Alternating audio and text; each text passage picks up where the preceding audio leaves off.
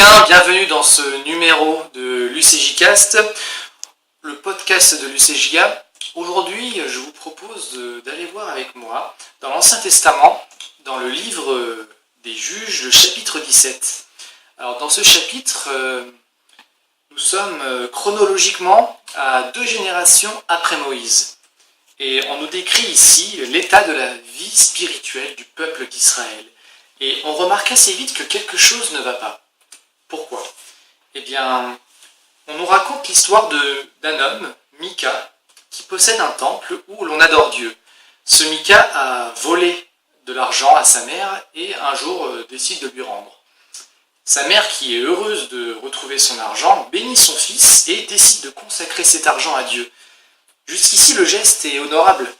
Mais nous lisons qu'en réalité, la mère utilise qu'une petite partie de l'argent pour se faire fabriquer une image taillée et une image en métal fondu. C'est-à-dire qu'elle a fait faire fabriquer des idoles. Mika accepte ces idoles dans son temple et on peut trouver ça déjà bizarre. Mais ce n'est pas fini.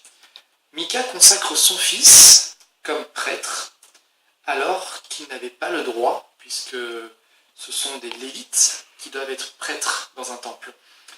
Et lorsqu'enfin Mika trouve un lévite, donc un vrai prêtre, il l'embauche et le prêtre accepte avec joie.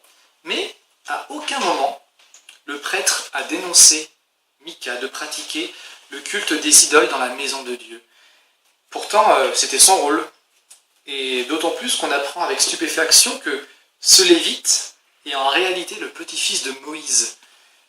Moïse qui a transmis la loi à ce peuple, eh bien, nous nous rendons compte que 2 générations plus tard, que la loi n'est plus respectée. Et pour finir, on nous raconte qu'une tribu qui cherchait à s'installer dans la région passa près de la maison de Mika et lui vole toutes ses idoles et embarque aussi en même temps le lévite qui accepte de suivre par cupidité. Donc Mika a essayé de récupérer ses idoles, mais il a vu que la tribu était bien trop nombreuse et qu'ils étaient bien plus fortes que lui, donc du coup il abandonna et il retourna chez lui. Donc le constat, en fait, ce qu'on pouvons constater dans ce chapitre, c'est que il y a un désordre spirituel. Il n'y a aucun respect de la loi que Dieu a donnée. Et les voleurs ne sont pas punis, le mal n'est pas dénoncé, la justice ne règne pas. Et on se demande alors, mais pourquoi la spiritualité de ce peuple est si lamentable et pourquoi est-elle devenue superficielle à ce point ?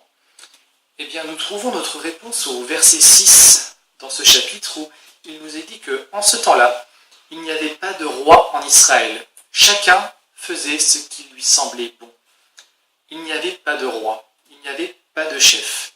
Le peuple était livré à lui-même. Et le pire, c'est que tout le monde trouvait ça normal.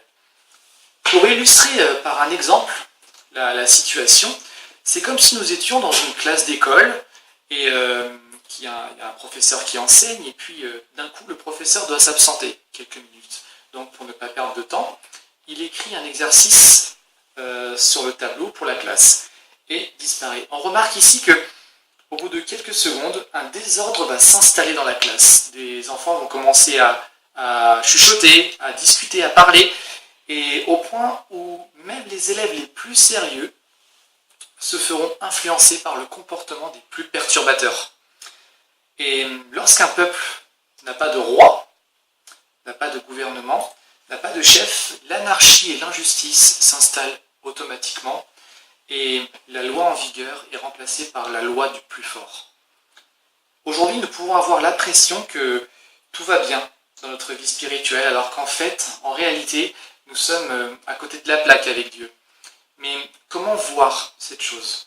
Eh bien, Jacques nous dit dans son épître que si une personne écoute la parole et ne la met pas en pratique, elle est comme un homme qui se regarde dans un miroir et une fois qu'il s'est éloigné de ce miroir, oublie ce qu'il était et oublie à quoi il ressemblait. Nous avons sans cesse besoin de retrouver notre identité dans la parole de Dieu. Et ce roi que le peuple n'a pas eu, eh bien, nous l'avons. Et ce roi, c'est Jésus-Christ. Jésus-Christ qui est de lignée royale, qui est descendant du roi David, eh bien, ce roi Jésus nous donne aujourd'hui le privilège d'être proche de Dieu, puisqu'il a remis de l'ordre dans la communication entre Dieu et nous. Donc pour conclure, je vous encourage et je nous encourage à lire la parole, mais lire la parole pour mieux nous connaître, et également lire la parole pour mieux connaître Dieu, et ainsi mettre de l'ordre dans notre vie. Voilà, c'était le message que j'avais à cœur de vous partager. Je vous dis à très vite dans une autre vidéo de l'UCJcast, et d'ici là, portez-vous bien. Que Dieu vous bénisse.